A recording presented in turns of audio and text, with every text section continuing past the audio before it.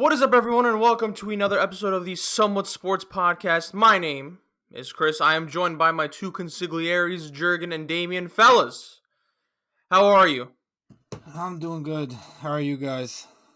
Pretty good, pretty good. Same as Dame, just chilling, relaxing, and ready to get this episode rolling. Yeah. For all the three people that are probably listening, happy Thanksgiving, and to you guys as well. This will probably be released on Friday. We're recording on Wednesday, so we might miss news somewhat, but I mean, there's never any news on Thanksgiving, is there? On sports? Well, we never have an off season at this time, Yeah. so Yeah, all right. We'll probably catch up on it next week, but look, shit happened the last couple weeks. And you know what? Finally, we're going to have some NFL discussions here today. So that'll be cool. Finally, get some diversity in here. But NBA free agency took over the sports world by storm. And we're going to discuss some winners and some losers. Now, in the past two episodes, I think the last episode, we kind of discussed names that have already been traded / signed. So if you don't hear Dennis Schroeder to the Lakers, for example, it's because we already talked about him in the last episode. And if you want, you can check that out. Whatever, cheap plug. So we'll talk about strictly free agency moves. I know there's a lot of trade moves as well, like three-way trades, but we'll talk about the free agency moves predominantly. Sound good, guys? absolutely. Yeah. Yep, and then we'll follow it up with our NFL MVP discussions, predictions. Let's go on to NBA free agency, guys. I'll discuss my winners. You guys could rebound off mine, and then you could maybe discuss some winners that you may have that I didn't have, and then we'll go from there. And then we'll talk about the losers. And I also have a section called the middle, where it's the teams didn't really win, but they didn't really lose. Right. That was more interesting to me, and I think that's for a bigger discussion. But let's go to the winners real quick. So, first winner, I have the Los Angeles Lakers. Now, I can't believe the Lakers won free agency, but they did. They acquired Montrezl Harrell, Marc Gasol, Wesley Matthews, and they re-signed KCP. Now, I think the big thing here was that the biggest discussion was that they signed Montrezl Harrell. Yeah. Every year in free agency, there seems to be a surprise signing, and I think this was it. They signed Wesley Matthews, and everyone was like, "Oh, that could be a replacement of KCP," but KCP re-signed. So it's more or less a replacement to maybe Danny Green. I think it's still a good pickup for them. It's minimum veterans minimum, whatever, but it's still another shooter, 3-and-D player. Yep. Yeah. So Montrezl Harrell, clearly there was some turmoil with him and the Clippers. I don't know the full details. I don't think anyone knows the full details. However, let me talk about this for a sec. This might be like a slap in the face that he kind of went to the Lakers, to the Clippers. This is kind of like a screw you move. I don't know. That's what I'm predicting, maybe, because I heard that he turned down more money from Charlotte. And Jurgen, you actually predicted that he would be offered by Charlotte, but Yeah, I yeah. was totally expecting, real quick before we continue into the deep dive of what could have happened. I was fully expecting Harrell to take a 4 years, $70-something million deal from a team like Charlotte that I knew they were gonna technically overpay him. I think this was just the craziest signing. This came out of complete left field. Yeah, but it is Rich Paul, the most powerful agent in the NBA. So he represents Harrell, but he also represents a lot of people in the Lakers as well. Now, the Lakers lost JaVale McGee. Well, they kind of traded away JaVale McGee, and they didn't trade. And then Howard signed with the Sixers.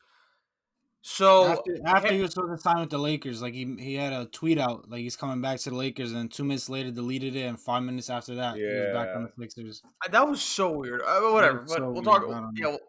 But so Harrell to the Lakers, I thought, and now this was before the Gasol signing. I want everyone to know. So I was like, oh man, this is good for them. And I thought, can he start? I think he can, because while Harrell has his flaws defensively, and I saw that in the bubble with the Clippers, you could kind of hide his weaknesses behind Davis, because Davis could kind of pick up the defensive load. Yeah. So I was like, oh, that's perfect. And then, of course, Marc Gasol signs, and then I'm predicting that Gasol would start, and then Montrezl Harrell comes off the bench. Now Harrell, I think off the bench, Jesus Lord. I think the Lakers, man, they have a solid scoring piece now. They already did, Kuzma was their main guy off the bench, but now that you add Montrezl Harrell to that, I think it just makes him more dangerous. I think. Look, I saw. I don't remember which show said that. It might have been First Things First, but they're just like the Lakers just need to make sure that they don't go down when LeBron goes to the bench. So, and I Yeah. thought that was spot on because now you have Harrell, you have Kuzma, and you have Caruso. I thought this was just for the Lakers. This is an A+ move, and then of course Marc Gasol. Now Marc Gasol isn't the same person as he was like 2 years ago, but you don't. That's the thing with the Lakers. You don't need him to be that guy. You just need him to Yeah. be, like just get some rebounds. Make smart plays, and it's a massive upgrade from JaVale McGee. Yeah, yeah. And when you mention what Gasol is going to add aside from the stats, the defensive IQ that he brings is going to be a big help for the Lakers defensive unit in times when AD may need a rest. He's not, of course, he's not the defender on the court that AD is at this point in his career, but his IQ, I'm assuming they're going to want him to be pretty vocal whenever he's out there. Like he's going to do all he can in the intangible aspect to kind of make sure that defense stays disciplined whenever AD has to take a bit of a rest. So I think it was a pretty good signing, honestly. I thought it was a Yeah. great the fact that he's a champion too. So like they just added another guy with championship pedigree. Like Jurgen said, he's a all class defender. He won Defensive Player of the Year. And I don't forgot what year it was. I remember he robbed LeBron of it. 13 Yeah. or 12. It But was one he's of those. regardless, the older you get, the defensive instincts still stay with you. So even though you might not be the athlete you once were, your defensive IQ stays with you forever. So he might not jump with the guys, but he might be beating guys to the spot, which is very important as well. Yeah, and I think that was the more important thing because, look, for any big that the Lakers sign, I'm just like, you could afford a little bit of a drop off because AD will pick up slack. But I think the thing with Gasol is that he has that basketball IQ, like he has high basketball IQ, and it's definitely a step up from McGee and Howard in terms of just what to do correctly and what not to do. So look, I mean, I think that's the most dangerous thing, and we've seen what the Lakers could do, especially LeBron when he has another high Q individual with him, aka Rajon Rondo. He leaves the Hawks. You bring in Gasol. I think the IQ stays the same. It's still a high Yeah, basketball IQ. So I can't really fault the Lakers here. And KCP gets re-signed. That's good for him. He gets the bag, 3 years, $40 million. Look, all the formula to run it back is there. They have their shooting, they have their defense, they have their scoring off the bench. A+ for the Lakers, man. yeah, Probably yeah. favorites to repeat. No, of course, All right. yeah. Yeah, let's move on. Now, this one's interesting. The winner. We're still going to be on the winner side. I got the Atlanta Hawks. Now, they signed a plethora of talent. They signed Danilo Gallinari, Bogdan Bogdanovic, Rajon Rondo, and Chris Dunn. Am I missing anyone of importance? Did I No, just I nail don't all think of so. them? I think those are the main guys that they Yeah. signed. Yeah. Yeah. Okay, so I've always had this this argument within myself because I don't really talk to anyone about this shit besides you two. It's always good to have a deep bench and to have like depth within your roster, but I feel like there's such thing as too much talent. So like you have Gallinari, you have Bogdanovich, right? Obviously Trae Young needs help. But Rondo I think is a solid backup point guard for Trae Young. They have Kevin Herter, they have John Collins, they have what's his name, DeAndre Cam Hunter, Reddish. and Cam then Reddish. Cam Reddish. So there's like a solid amount of like players that need the rock, right? So Yeah. that's why like a lot of these signings confuse me, and it's just I don't know. I mean, it's good to have enough talent. I think it's enough talent to maybe push for the 8th seed or maybe 7th seed because who knows, like the Magic or something. Right. So I think for the Hawks' sake, that's fine, and you also want to keep Trae Young happy because I know there was reports last year that he was bitching about, the Hawks not need to compete or this and that. So like I get it, I do, but you're tied to a lot of these like 3 to 4 year contracts and like the setup is there for basketball purgatory, and that's to me is the worst position to be. Like say for Yeah. example, you go to the 7th or 8th spot, but you're stuck with these contracts. And I think for what's his name, Bogdanovich doesn't have. He has like a trade kicker too, right? So I it. believe so. Yeah. So again, I like the signings. There's some really talented pieces. They could all shoot besides like maybe Rondo. But Rondo's there for a different reason. So what did you guys think? Help me out on this. I as well had the Hawks as a winner. The reason being is because they added all these shooters. I think if they weren't as elite shooters as they were, like Bogdanovich and Gallinari, I don't think I would have had them as a winner. But I think really spacing the floor for Trey Young and John Collins too. I don't think it's just for Trey Young. I think it's spacing the floor for John Collins as well. I think it's very important. I do think they made themselves a playoff team, and when you're rebuilding, eventually after getting these top picks, like you have to take that step forward, and that's what I think the Hawks will be doing. I think they will make the playoffs, and again, it's all about making the star player happy, which I think they did with Trey Young. Yeah, absolutely. You guys both hit the nail on the head with that one. The most important thing in the NBA nowadays is that when you have a star or superstar player, you have to do everything you can to make them happy, to satisfy them. And these are the kinds of roster moves that for Trey Young, he's going to look at it. They're bringing in Gallinari, who's a veteran, who's a reliable scorer. They're bringing in Bogdanovich, who's a shooter.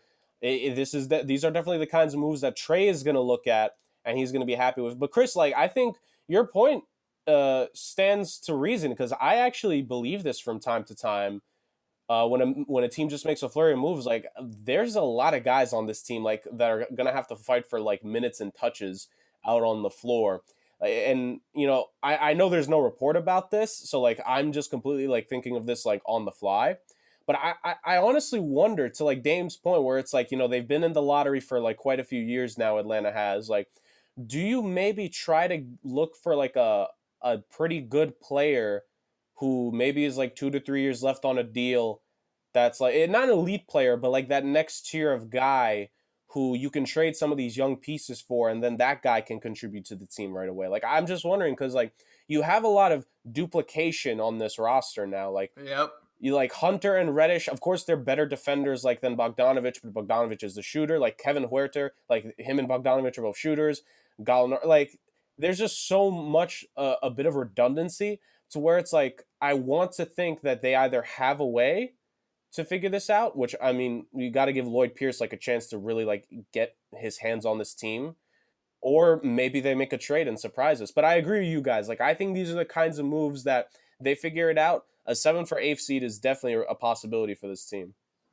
I mean, I was thinking, well, there's also reports that Collins is going to want a max contract soon, and if that's the case, then I think he's gone by next year. Because can they actually afford it? I mean, you could because you could go over the cap, but I don't know. Would they pay him that much though? Do you want to become a team that's because the thing is that it's Collins, but 2 years from now it's going to be Trey. So it's like, do you want to be a Mm-hmm. team paying luxury tax when you haven't gotten to the playoffs yet? Like that's why part of me is thinking like, could this season could they package Collins and one of these other young guys who has like a similar skill set to Bogdanovich or Gallo? Could they package like Collins and either Reddish or Hunter and like a future first, like not a recent one, but like a future one for like another power forward, maybe like that. That was just my thought because it's like you like these are nice moves, but you got some tough decisions in the very near future. Yeah, Yeah, with but also, yeah, go ahead, Dame. no, I was just gonna say like I think these are good moves to be a playoff team, but I don't think these are like championship like contender moves. I think these are just moves for like a rebuilding team that's just trying to make the playoffs.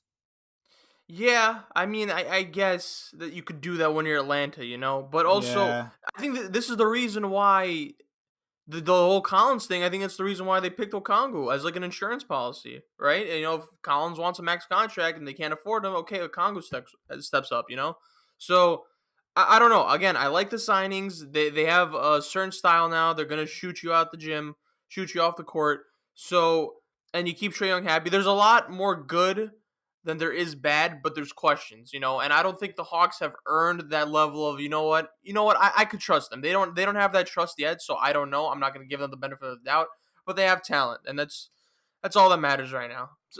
Yeah.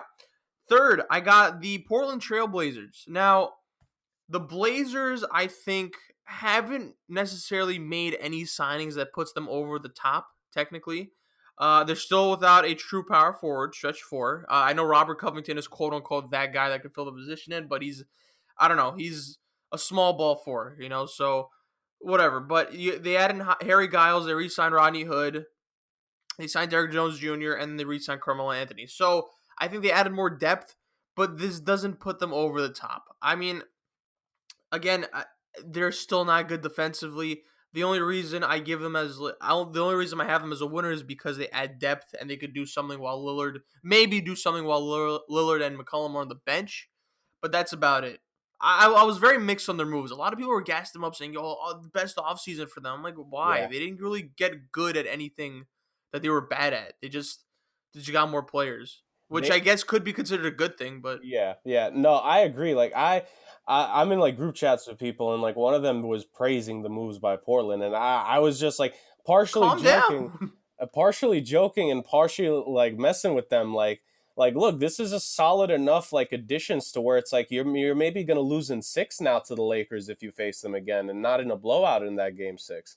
Um, no, like here's the thing. Like I definitely see giving Portland a W here. They're kind of an in between for me, not because I don't like their moves, but it's like they're that team, kind of like you mentioned with Atlanta before, Chris, where it's like, Purgatory. yeah, they're in that purgatory where it's like, with how loaded the West is, there's a chance they're going to be at best maybe the 6th seed.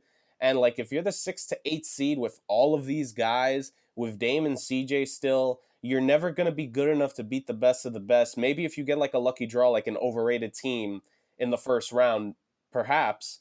But you're never going to beat the best of the best, and you're going to be too good to get a high draft pick. Like Portland is slowly approaching that kind of basketball purgatory, and it has nothing to do this has nothing to do with the additions they've made because they had to make them. But it's just you hate to be in that kind of position. Like that is the worst possible place to be in. Yeah, I agree. I don't really see the Blazers as winners because I don't think they got significantly better. If they got better, it was slightly, but they also did lose Whiteside, who when Nurkic was hurt in the beginning of the year, played a huge role for them. Now if Nurkic gets hurt, who he's got hurt in the They past they before, got Canner though, like no? Yeah, they oh did. yeah, They right, they picked did them get up. Canner, but like their problem is defense. Canner isn't a defender. Yeah. Whiteside always was. So like I mean, he blocked shots, but yeah, but He's he was better their than Kenner. best. He's better than Yeah, Kenner. he's better than Yeah. Kenner. Yeah, exactly. Like their problem is defense, so I don't think Kenner would really help that if Nurkic got hurt. But like you guys both said, like I don't really see them as a winner because I don't think they got that much better. I mean, again, I put them in the winners column because they added more depth, and I guess that's something. Look, I always said that the Blazers are eventually gonna have to break it up. Like you're not gonna win with CJ McCollum as your 2. Lillard is too prideful to actually request a trade. Well, props to him. But Yeah. yeah, I mean, Damian, you don't have him as a winner. Jurgen, you have him in the middle. I have him as a winner. Yeah, that's about it for them.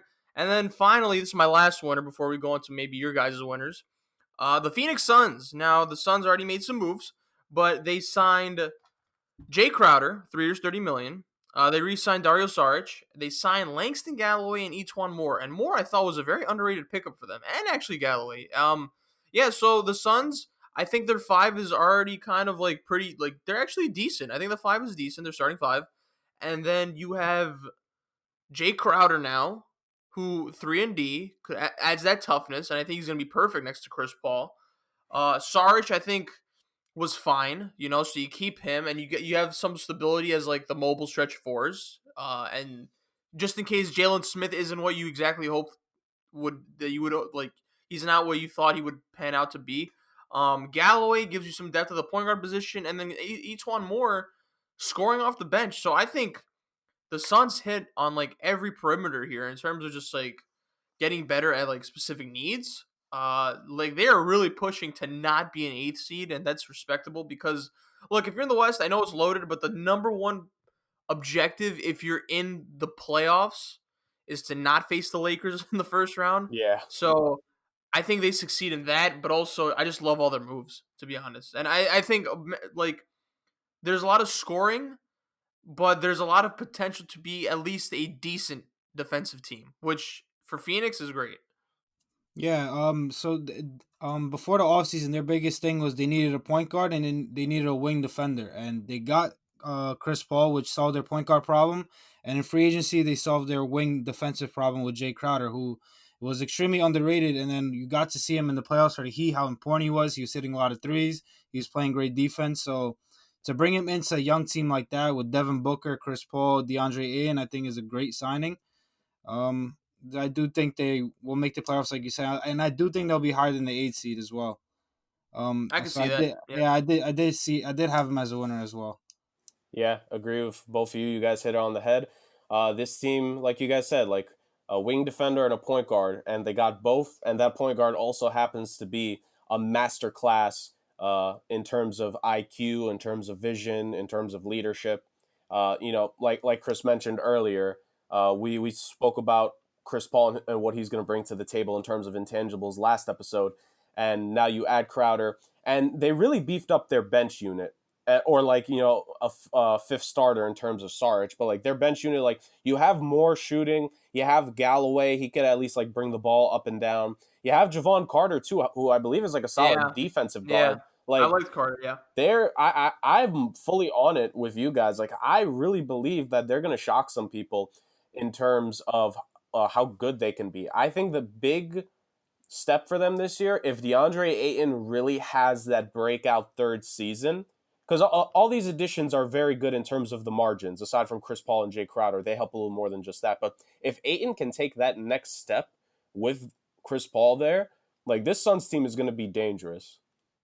Yeah, so like when you guys were talking about Crowder as being that, wing defender, I think I always thought Mikal Bridges was that, but I think Crowder, like, you could go to war with Crowder, and this Suns team, Chris Paul's a pit bull. Devin Booker has that nasty to him. Like, you add Crowder to that, bro. The Suns team is having that identity, shape up. And I think that's huge, especially for like kind of like a young team. Yeah, I think their ceiling could possibly be fifth seed if you think about it. Like, I don't know how Houston's going to turn out.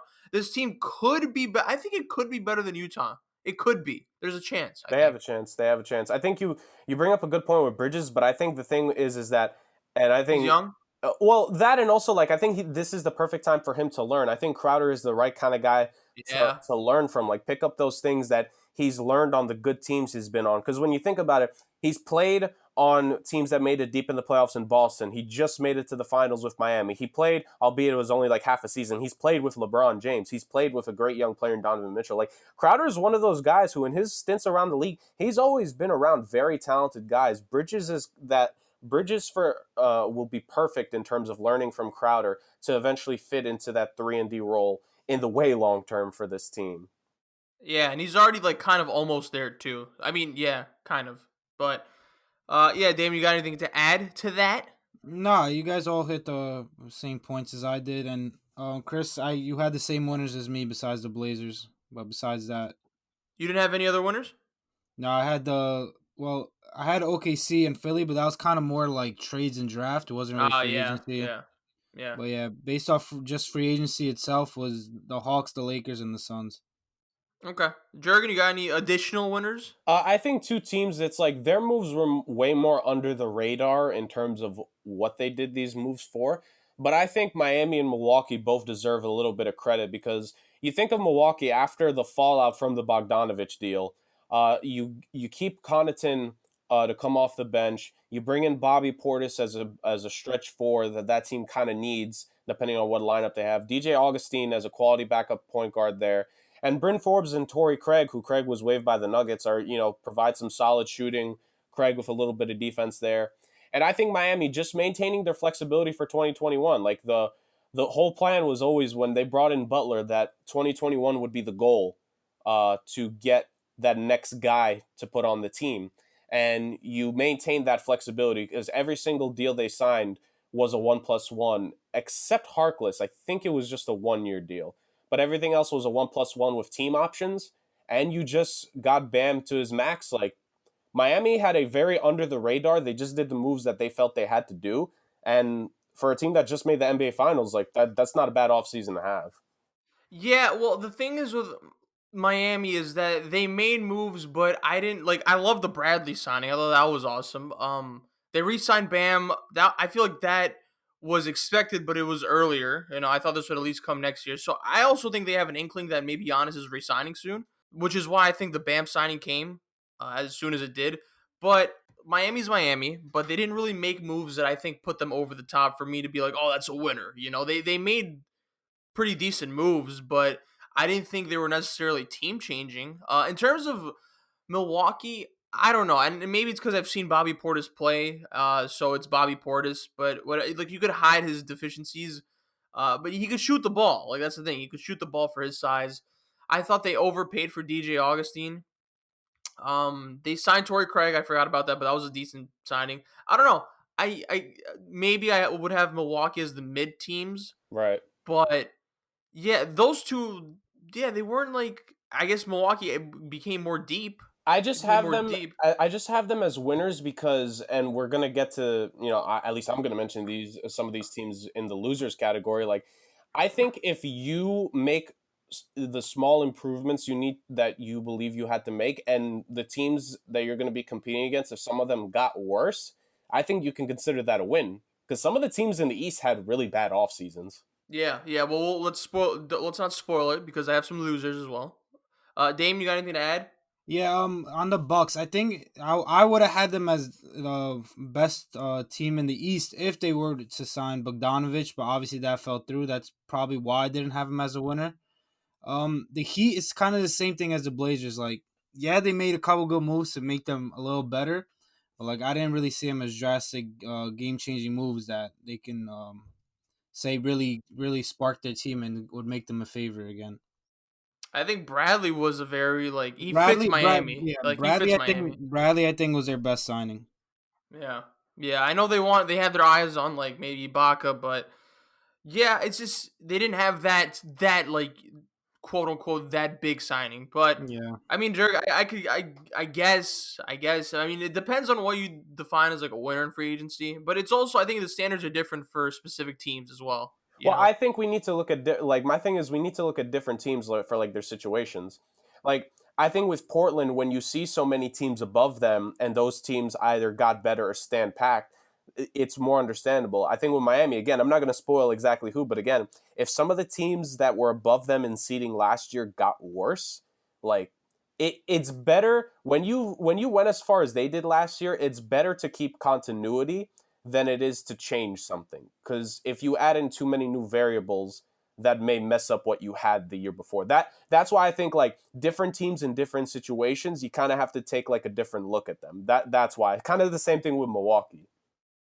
But also, I feel like the top look. I think it's gonna be the top five. All right, I'm not gonna actually spoil it because that's a future episode. But a lot of Titan teams in the East, I think, got really better. They got way better. You know, I think the Nets are going to be the Nets with KD and Kyrie coming back. The Sixers got better, and the Bucks did get better essentially. So I feel like the Heat need to make kind of a move soon to kind of not fall back completely in terms of like being behind those three teams because look, they have Jimmy Butler. I think Bam is Bam. Bradley's a great signing. Tyler Hero, I hope could take that step forward. But that's the thing I worry about Miami is that they're gonna fall behind those top three teams. So I don't know what the moves are gonna be. I'm never gonna doubt Pat Riley, but that's just my mentality going forward with them. Right. You guys want to move on to the losers? Yeah. We got some losers. Okay, let's start off with the minor loser first. I have the Raptors actually. So they lose Ibaka and Gasol, but they gain Aaron Baines, which I think was a pretty underrated pickup. I don't know. The one thing about the Raptors is that Jurassic Park identity, defensive size, just smothering teams.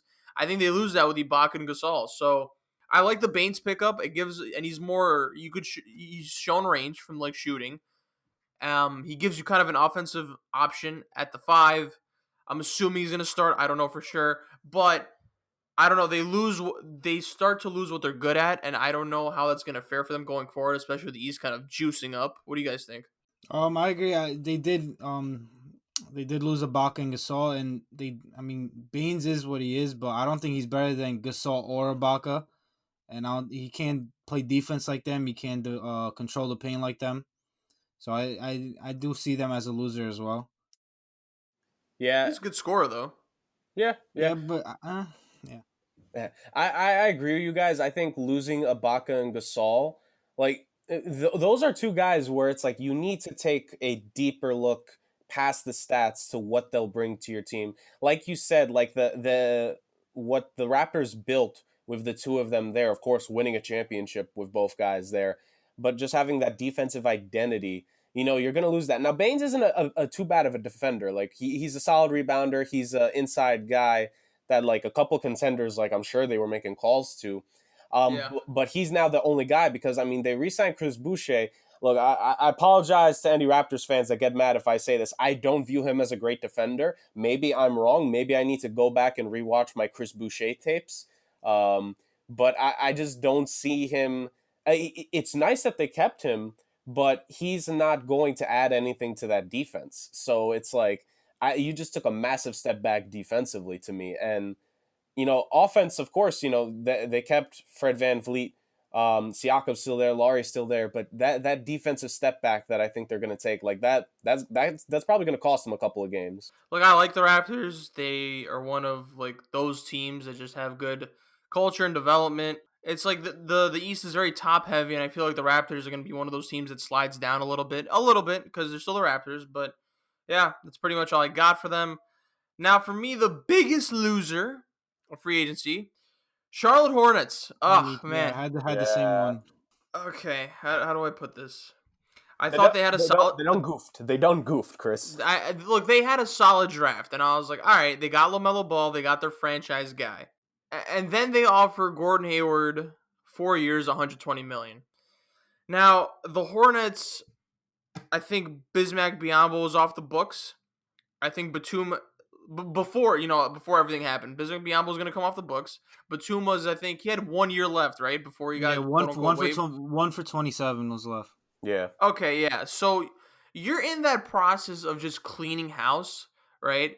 And again, we just said it like 4 times already. The worst place to be in is basketball purgatory. I don't know if it's because it's Charlotte and it's a small market, so getting to the playoffs is good enough. But what is this contract right now, bro? What I don't understand the thought process. It's a Like, solid overpay. It's a very, very it's solid solid. It's the overpay. craziest overpay, and it's just. Did you not learn anything from the Batum contract? No, he Did did you not. not? And it's like, I get it. Gordon Hayward's a solid player, but like, what are we doing at this point? I don't like, and they have decent wings there. Like PJ Washington is a solid 3/4. Same thing with Miles Bridges. You didn't really need Gordon Hayward. I would have loved them to kind of go young and just freaking let LaMelo control the tempo, and just him and Devontae Graham and Miles Bridges, they just push and just play like this up-tempo style of game. But you add Gordon Hayward, who's going to be likely one of the top, or if not the top, primary scoring option. I just don't get it. And just like, the contract speaks for itself. Like, this is albatross. Albatross. I know that we're going to have a general consensus about this. Pretty disgusting signing, but Yeah. go ahead. Yeah, it's like when Hayward opted out, everyone was like, why is he opting out at 34 million? Like, who knows? Like, he must have something on the table from somebody, and people thought the Knicks, people thought the Pacers, but ended up being Thank God he's not on the Knicks, bro. It ended up being the Hornets, who were giving him $30 million per year for 4 years. But the worst part is that they used a stretch provision with Nicholas Batum, so therefore they're paying $9 million for 3 years extra, just so they can fit Hayward's contract in. So essentially, they're paying Hayward $39 million a year for the next 3 years at least. And that 4th year, obviously $30 million. But because they had to stretch Batum, the contract looks even worse, because now it's basically $39 million a year. I feel like with the Hornets, it's every offseason that there's like a terrible signing that they have. Yeah. It's Hayward this year. The year before was Rozier, who they overpaid. The year before that was like Cody Zeller. Like every year, or Bismack Biyombo. Like every year, it's some stupid stuff with them. And I feel like they're a loser every single offseason. Yeah. Jordan sucks as an owner, man. Yeah. Jesus Lord. It's not great. Just a real quick thing, because I actually didn't know this until earlier. So, like, for anyone that maybe, like, for any of our other listeners who didn't get this update from Woj, which you may have missed it. So, with the Batum thing, that was the original plan. From what I'm seeing, they're trying to work out. Boston is trying everything they can to get something out of Gordon Hayward. So they're Julius Randle. So they're trying to work a sign and trade scenario where they sign and trade Hayward over to Charlotte to probably get something back, and Charlotte is trying to see if they can find a third team to take that Batum contract, so they don't have to use the stretch provision. So that is the latest on that front. Within the next day or two, that's probably going to get resolved. So maybe that's your Thanksgiving Day news tomorrow. It's not big news though. So I honestly agree with you guys. I do not like the contract at all. I'm the only thing I'm gonna play a little bit of devil's advocate towards just to do so. Gordon Hayward himself on Charlotte Hornets, I can see fitting because while like they have some decent wing pieces there, I think Hayward is that kind of guy to help with the scoring. Like you mentioned him earlier, Chris. I believe PJ Washington is one of those guys who he is better at the four because of the style he plays. I view him as a Hachimura. I view him as how the Knicks should be playing Obi Toppin in the season, which keeping him at the four. I know PJ can play the three, but I think the lineup best suits him at the four. So I don't think Hayward's going to take minutes from him. And I think Hayward is the perfect kind of guy where it's like I think we're going to see LaMelo be very passive early on. Like he can score, but he's not that aggressive, take 20, 25 shots a night, especially in his rookie year. And so I think Hayward in that role, being the guy to alleviate the scoring from LaMelo, I think that's the one good thing you can take out of the signing. But again, I'm not gonna disagree with you guys. This is about $30 million more than I thought he would have gotten at most, because like paying over $100 million for Hayward on a contract, I didn't think was possible. But I guess Michael Jordan is used to making the impossible possible, I guess. He's a floor raiser, ceiling capper. That's Well, what it is. well, isn't the I ceiling don't. the roof with Jordan? Isn't the ceiling the Whatever. I don't roof? know. Whatever Jordan said, he was probably blitzed out of his mind. But anyway, that's all I got for losers that you guys had. Actually, hold up. Before you guys go into losers that you may have, let me go through my mids because you may have losers from my middle section. That Copy. sounded so wrong. From Yeah. my middle tier. But yeah, Right. so let me just go with them. All right, Yeah. I got Celtics as like the middle tier. They signed Jeff Teague. They signed Tristan Thompson to minimums. The reason why I have them as losers is because they didn't get an asset for Gordon Hayward, quote unquote, yet. So who knows what'll happen. But this is the second time shit like this happens to them. Danny Ainge is so overrated to me. He is so conservative in his approach, man. He missed out. He keeps missing out on these players. He missed out on Jimmy Butler. He missed out on Kawhi Leonard because he didn't want to trade Jaylen Brown, of course. He missed out on Anthony Davis. It's like, bro, at some point you're gonna have to be like, you know what? We gotta like hit a home run right now. So whatever, you signed Hayward at the time when you traded for Kyrie, and now you lose both of them, bro, and you don't get any assets back. Look, I like Teague and Thompson. It gives you some size, and then it gives you some bench scoring for that argument. But and I know this turned into like a Danny Ainge tangent, but Jesus, bro, it's just why are we playing? He's so passive aggressive. He's so passive aggressive. Whatever. And now now eat ass, man. You lose Hayward for nothing. Go ahead. I don't care. I, I so like I think you're being nice to the Celtics with putting them in the mid tier. I have them as a flat out loser this offseason. And even in just looking at free agency as well, like I just view it as a loser deal. They tried to get too cute, not even aggressive. They Always, tried to get too always. cute with the Pacers. Like here's the thing about the Indiana Pacers, real quick. They they may be snake bitten. They may get unlucky. They may get stars that want to leave, except for Reggie Miller. But you know what the Pacers don't do? They don't make stupid trades. They were never going to Yeah. trade T.J. Warren or Victor Oladipo for Gordon Hayward, along with having to get rid of Miles Turner. That was never going to happen. Like Chris, you mentioned Danny Ainge being overrated. I disagree. If it wasn't for Kyrie wanting out and Billy King being forced to make a big time move, if he doesn't have those two trades, you take those two trades away from his resume, what has he done for Boston? Like, his resume in Boston is nothing. Like, he may have won a championship, but that was A, over a decade ago, and B, guess what? KG and Ray Allen were going to get out of Minnesota and Seattle no matter what. Like, this dude has the most overrated resume I've ever seen a GM have for never making the big move when his team needs it. So I have them as a flat-out loser because Jeff Teague, as a backup point guard, this is Isaiah Thomas 2.0, except you're not going to be able to hide him because you don't have the same amount of perimeter defenders. Like, Smart and Brown are pretty good. Tatum is, he's fine on defense, but he's not a stopper. And your defensive big man group, you're telling me Daniel Tice and Tristan Thompson have to deal with Giannis and Bam and whoever else in the East? Like, personally, this is just a flat out L by this team. Like, I don't think they took a step back, but they certainly did not take a step forward. Dame. Yeah, I agree. I don't see Celtics as a winner or a loser because I don't see them taking a step back or taking a step forward. Like I feel I don't know why they're content with their roster. I don't know why Danny Ainge doesn't want to get better.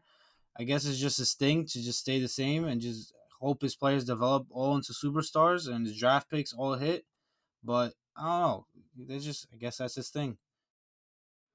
Yeah, he's very just like he's so stubborn, man. Like he has this type of players. Like, yeah, we're not gonna move on for them. Like, all right, bro, don't trade Jalen Brown for Kawhi Leonard. That's fine, whatever. You're right, Jurgen. You can't really hide the defensive vulnerabilities here because look, yeah, Tatum is he's Tatum. Like he's not a crazy good defender. He's not a bad defender, but I really don't. I don't care personally because like Celtics to me are like some like two steps above basketball purgatory, where they're good enough to make it to the semis, maybe the conference finals, but they're not making it to the finals. And I don't think they're going to get past the top tier of the East either. So, whatever. I guess I'm being nice. I have them as the mid tier. Jurgen, you have them as a loser. Damian, you're in the middle tier. Whatever. Moving on. I got the Clippers as this middle tier. Now, I think people call them a loser because they haven't really made a move. But I'll say this. They they lost Harrell, but then they gained Ibaka. I think Ibaka is better than Harrell, so I think they improved on that end. And I think the Harrell thing for them in the bubble where he was kind of exposed and he didn't really have a good performance. I think Ibaka brings you size that you desperately need. And then they replace Landry Shamet with Luke Kennard. Well, I think Kennard is a little bit better because he could actually shoot much better. So like they improved from the pieces they moved on from, but the reason I have them middle tier is because they didn't necessarily make a move that I expect the Clippers to make. They didn't make the move I would expect them to make because Jerry West is a top executive and the Lakers got worlds better. So you're gonna need to do something, and they really haven't done that one thing that kind of evens out with the Lakers, right? So Lakers kind of went three steps above. They zoomed past the Clippers in like the race. Yeah, I do. You did say Ibaka's better than Harrell, and I kind of see it as even. But for the Clippers, especially, I do think that Ibaka's better than Harrell because their biggest thing last year was rim protection against LeBron or any other team. Jokic, you saw that against the Nuggets. The biggest thing was rim protection, and Ibaka obviously is one of the best defenders in the league. But other than that, they didn't really get better. They didn't really add a point guard, something they needed and something that Kawhi asked for. I thought Rondo was gonna go there, Yep. and I know I'm sure a lot of other people did, but they didn't get him, so they're still lacking that point guard. I know they said they aren't done and they have something quote unquote up their sleeve, but I don't that's to believe be that. seen. Yeah, neither do I. So we'll see about that. Let that thing up their sleeve somehow be fitting in Russell Westbrook's contract, and they will automatically be losers because that team ain't making it to the NBA Finals. Chris, I'm not gonna lie, you kind of convinced me to be nicer to the Clippers. I was gonna have him as a loser, but I do like Ibaka over Harrell in terms of what he's gonna do for them because I think Zubac is fine, but he's not a known defender. Like Yeah. he's not a reputation defender in this league. So I think Ibaka's fine. And Kennard, like between Kennard and Shamit, like I definitely see like Kennard definitely feels more of like a natural offensive player, like, and he's definitely more natural in terms of creating his own shot. So I'll agree on that end, but it's just my lone thing with Ibaka is that I don't think he's ever beaten LeBron in a playoff series. So it's like I don't know if he's really gonna bother Braun. Like if he can bother Braun in his prime in the 2012 finals, I don't see him doing much But to Braun or but that's AD. that for me isn't the objective though. The objective is they got slaughtered in the post. Like Jokic just ate them up, bro, and they just need someone serviceable at least to kind of defend. To at least bother AD. To the maximum extent. Just in case they play each other in the Western Conference Finals. But it's just they needed someone. Like they needed someone to guard the paint. It's just their four would have. I don't know. I think Ibaka could play the five, but then like if Ibaka didn't sign, then you would have Morris at the four, and then you have Zubac at the five. Yeah, That's like that's just the recipe for just running it back, and you know what happened in the bubble. They got eaten yeah, and they disappointed. So they would have made no improvements. They made a move that they needed to make. It doesn't put them over the top. They're still the Clippers. They need to make that move. But it was a move that was hugely necessary in my opinion. And then the Kennard, look, shooting off the bench, you can never go wrong with that. that's true. But yeah.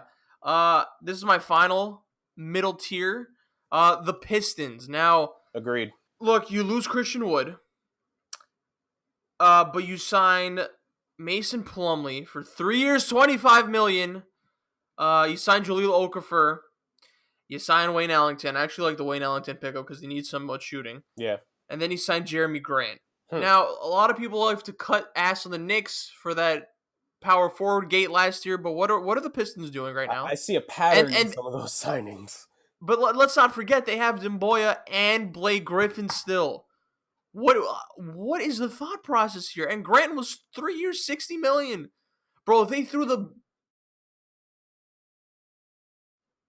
they threw the bag at these players, and look, Detroit obviously gets better. I still think they suck, but they get better, right? So again, we also got to look at the standards of certain teams. So if you're in the bottom tier, anything of significance is an improvement, you know. So I get that's why I don't necessarily have him as like a flat out loser, because Grant is still Grant. Grant is a solid player, you know.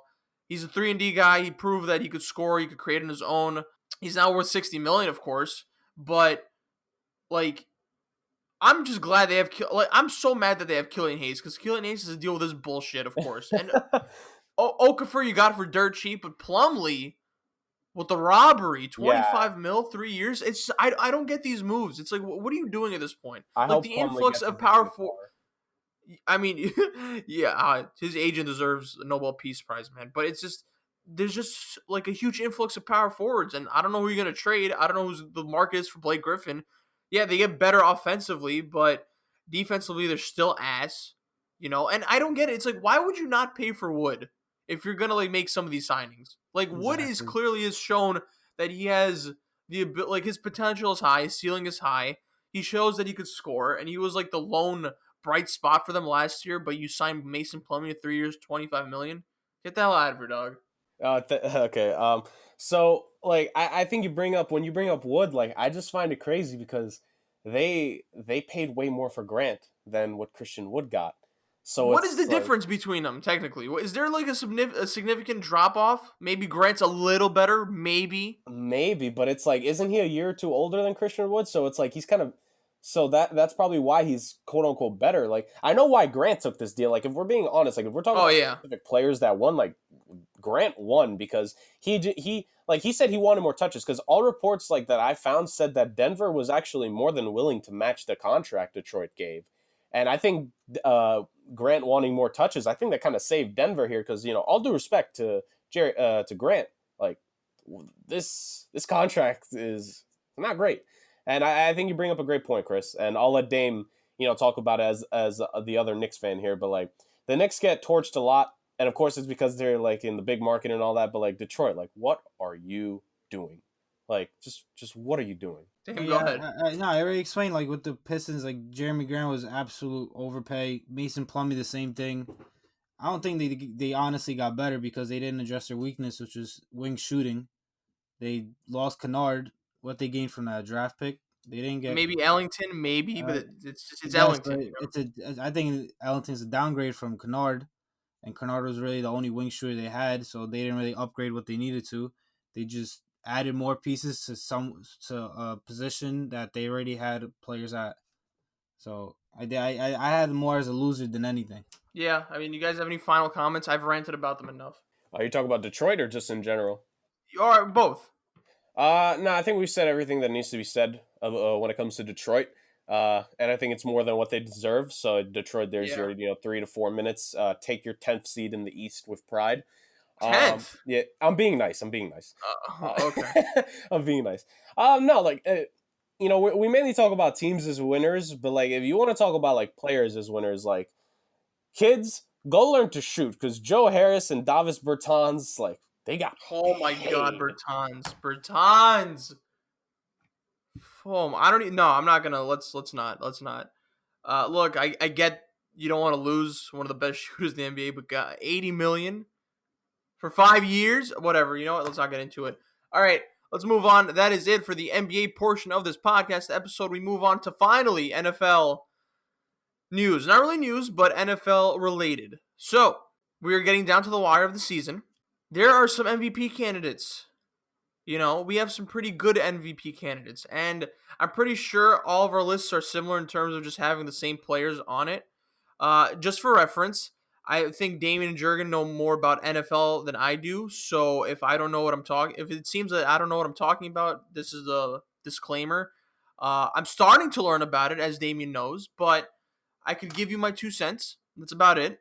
Not a lot of context behind it. So I guess I'll go first. I'll leave the Titans to follow up. Do you guys want to go 1-3 or 3-1?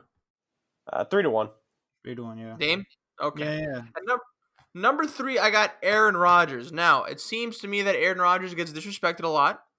Obviously, one of the greatest quarterbacks of all time. But he is constantly putting out these performances season by season. And at first, I was like, Kyler Murray has been doing a good job, with the Cardinals. And especially the Cardinals overachieving than what I thought they would be doing. And then I look at Aaron Rodgers' numbers, 29 touchdowns, 2,889 yards. Rodgers, it's like his normal is like exponentially high for normal quarterbacks, Yeah.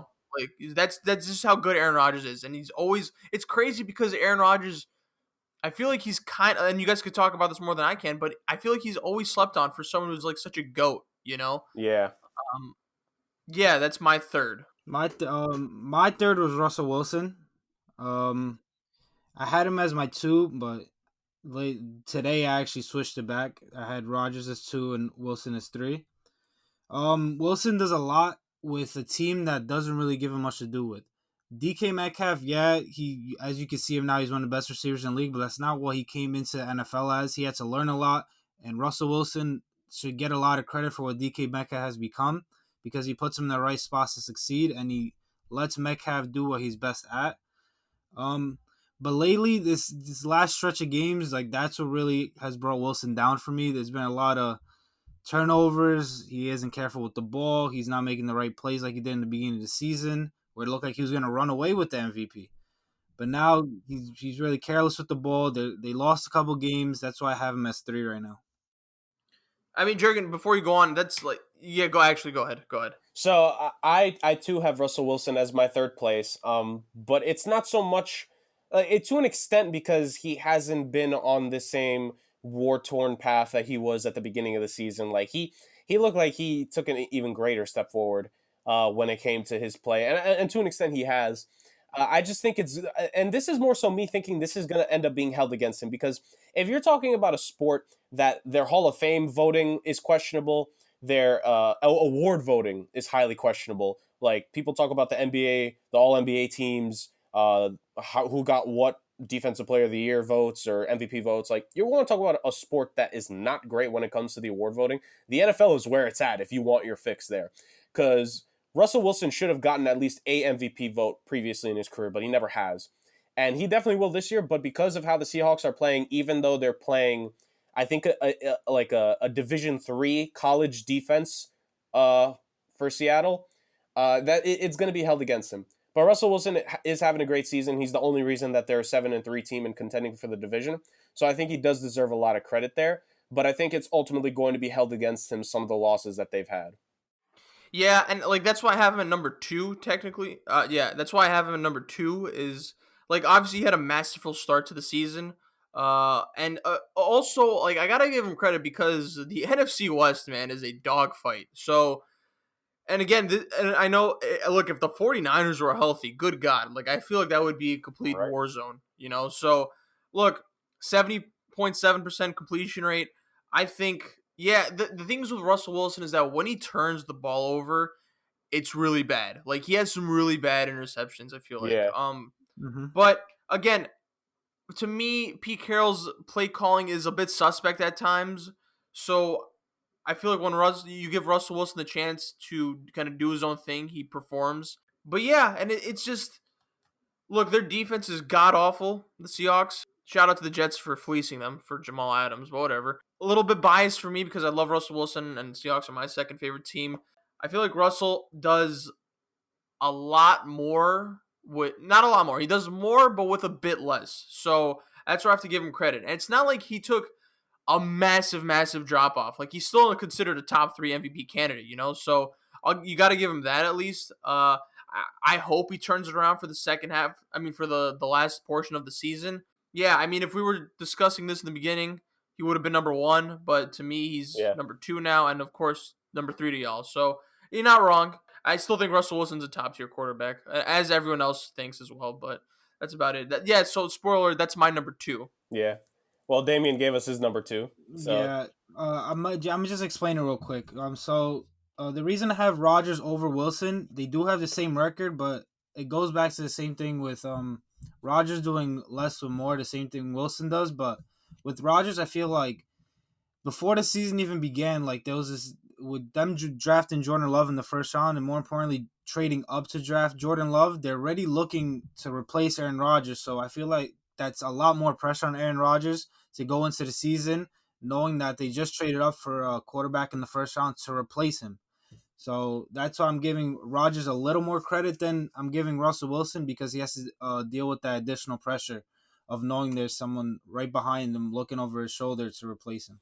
So I don't think this is technically controversial because like this guy is so good, like he's going to be in the top 2 or top 3 in MVP voting for the rest of his career. Just personally, I have Mahomes as my number 2, and I have Rodgers as my number 1. Mahomes and Rodgers are just they. If you're talking about talent, like just throw away the stats, throw away like rings and individual accolades. Like just looking at what they do on a football field and their arm and their accuracy and the way they can just dissect defenses. You're talking about 2 of the top whatever category most talented quarterbacks you ever want to put that have ever played the game. Like just what both of them are able to do is phenomenal. Like at the same time, we're witnessing 2 all-time great talents when you talk about what they put out there on the field for us. Ultimately, I have Rodgers over Mahomes for a reason that you guys have already alluded to this, and Damian gave it some detail just now. You talk about the Packers that were a game away from the Super Bowl last year, who they drafted a rookie quarterback in the first round with Rodgers having 4 more years left on his contract. A running back in the second round when you have Aaron Jones, who yes, he's due a contract, but then you have Jamal Williams, who's now starting to play well. And unless they drafted someone extremely late, they drafted 0 wide receivers and 0 significant defensive players. Like all their defensive players that are making an impact were not from this past draft. So it's like the fact that the Packers had an opportunity to at least give Rodgers some more help, and if the whole plan is for Jordan Love eventually, even give him help down the line. The fact that they didn't do that and they're in the position they are because Rodgers has made some of the plays he's made, like, is just different. And this isn't to take away anything from Mahomes. Like, I don't want to make it sound like I'm bashing him. I love Patrick Mahomes. All 3 of us do. Like, he is one of the most entertaining athletes in the world today with what he does on a football field. But I just have Rodgers over him because at the end of the day, you're just doing, like you guys have said, more with less. Extremely similar numbers. Like for all 3 of these guys, you can dissect hairs for how close the numbers are. I just have Rodgers doing it because like his defense has failed him quite a few times this season, just like Wilson's has. But he has had to make wide receivers who on other teams would be like 4th or 5th stringers. He's had to have them as his 2nd and 3rd stringers, and missing Devontae Adams too. Like that's just personally for me. But I'm sure Mahomes is first for you guys because I know you guys aren't leaving him out of the top 3. So I'll let you guys go. But no, I don't blame anyone for having him first. Just personally for me, like you said, Chris, Rodgers gets disrespected. And I think he deserves some credit because he has played all world this year. Yeah, so let me go first, Dame, because I'm going to keep it brief. Yeah. Look, I see what you're saying with Aaron Rodgers. I guess the theme of this episode is more with less. Now, and I get it, Mahomes has Tyreek Hill, he has Kelsey, he has more offensive weapons. But I feel like Mahomes right now isn't even at his best, and he's still killing it right now. Like I feel like he's holding back right now. I don't think He probably is. in this stretch, like, yeah, I don't think he gives a shit as much right now as he would towards the playoffs, right? And the fact that he's kind of in that mentality and he's still killing it, 3,035 yards, only 2 interceptions, there's 27 touchdowns. Dude, it's insane. I haven't seen this, but like he's comfortable on the field when he's uncomfortable, if that makes sense. Oh Like yeah, I've yeah, never seen someone operate so fluidly when they're in like a position to be not comfortable, you know? And I think he thrives on that. He could make I think he's so god like his talent is so godlike that he just makes anything work, you know? But I get it just I don't think a lot of people see that right now as much as we do with Rodgers or Wilson because he has that offense he has like a lot more offensive weapons and you know Andy Reid is Andy Reid. So it's just again, it's the same argument we use with Rodgers is that I don't think we understand what we're watching right now. Like this is I think he's going to be the most considered the most talented quarterback of all time. I think he's on his way for best quarterback ever. I think especially that process will quicken up if the Chiefs win this year, which I think is a pretty high possibility. That's yeah. just me. Again, this is from a football fan that has been watching football for too long or that knows the sport as well as you guys. So take it with a grain of salt. Dame, go ahead. Yeah, just to go off what you said, Mahomes just makes it look so easy sometimes. Like the past example of when he played the Raiders and there was 140 left and they were losing. He just went down the field, snap of his fingers, boom, touchdown to Kelsey. They won the game. Um, with Mahomes, my difference with Mahomes and Rodgers is that Mahomes has had one loss that really can't even be put on him because he had such a good game. With Rodgers, I feel like he didn't have his greatest game against the Colts or the Vikings, and against the Buccaneers when they lost, he had a really bad game. Like you can look at, I think he had a pick six, he had a couple more picks, like that game right there. I think that's the difference to me. If he Right. won that game and he didn't really have that bad of a game that game, I think it would have been more of a closer race. But just the fact that he looked so bad in that game, and Mahomes really hasn't looked bad in any games this season. He's just been spectacular in all 10 games. That's where I really put Mahomes over the top. No. Yeah, no, again, like I don't blame it. Like I think Mahomes, like for the next decade, he's going to consistently be in the MVP discussion without a doubt. I hope voters don't get voter fatigue with him because if he doesn't end his career with like three, four, or five, like we're gonna have an issue with who these people are voting for these awards because he needs to end his career with that many. Like no, I don't. I definitely don't blame you guys at all. Like Chris, you are 100% on the money with what you said. Like he is going to end up being arguably the most talented quarterback of all time, and he is easily on his way into that greatest of all time discussion already. Like it's irrefutable, and the fact that you're able to say it about a guy this this little into his career, like it just goes to show the talent that he is. I'm just picking Rodgers because the stats are great. He's picking that team up. And like I definitely get what Damian says. Like Mahomes definitely doesn't really have a blemish on his season. I do put the Viking and Colts games more on those two defenses though. Like those the Packers defense has been overrated since last year because when they don't create takeaways, they are not a good defense at all. Like Mike Pettin is very suspect defensive coordinator. Like if you've coached the Cleveland Browns, that says everything that we need to know about who their D coordinator is. But no, I don't blame you guys at all for having Mahomes, super talented, superhuman. I think we could argue. I don't know if he has the same Yeah. DNA as us. I really don't. But no, like at the end of the day, the three guys we said are one of these three is going to win the MVP at the end of the year. Yeah, I yeah. think that's the consensus. But one of them is gonna win the chip, so we'll leave it at that. Yeah, Oh, spoiler alert. Uh, no. yeah, what? No, I'm just interested in to see who you think is going to win the Super Bowl. Another time, another time. Anyway, yeah, that's it for this week. Look, we made it past an hour. Sad, but we'll try again next week. I'm just glad we got some football news in here. I got to clock out for work. All right, Jurgen, bring us home. Take us out. Ladies and gentlemen, thank you all once again for joining us. You've heard what we've had to say about the NBA these last couple weeks. We're going to start incorporating more sports like Chris and me have mentioned these last couple weeks. It's been so heavy NBA focused that we've had these kind of longer episodes. But we got some NFL in. It's a very good thing, especially with the MVP award. Yeah, we have that. We're definitely going to incorporate baseball and hockey when that comes in, especially hockey for me because I'm a massive hockey guy. So I can't wait to like bring that up to you, up for you guys. And that's about it. Dame, any final remarks? I'm good. Hope everyone has a great Thanksgiving. Stay safe. Eat some good food. Absolutely. Absolutely. Happy Thanksgiving to you and yours, everyone who watches our episodes, who's supported us so far.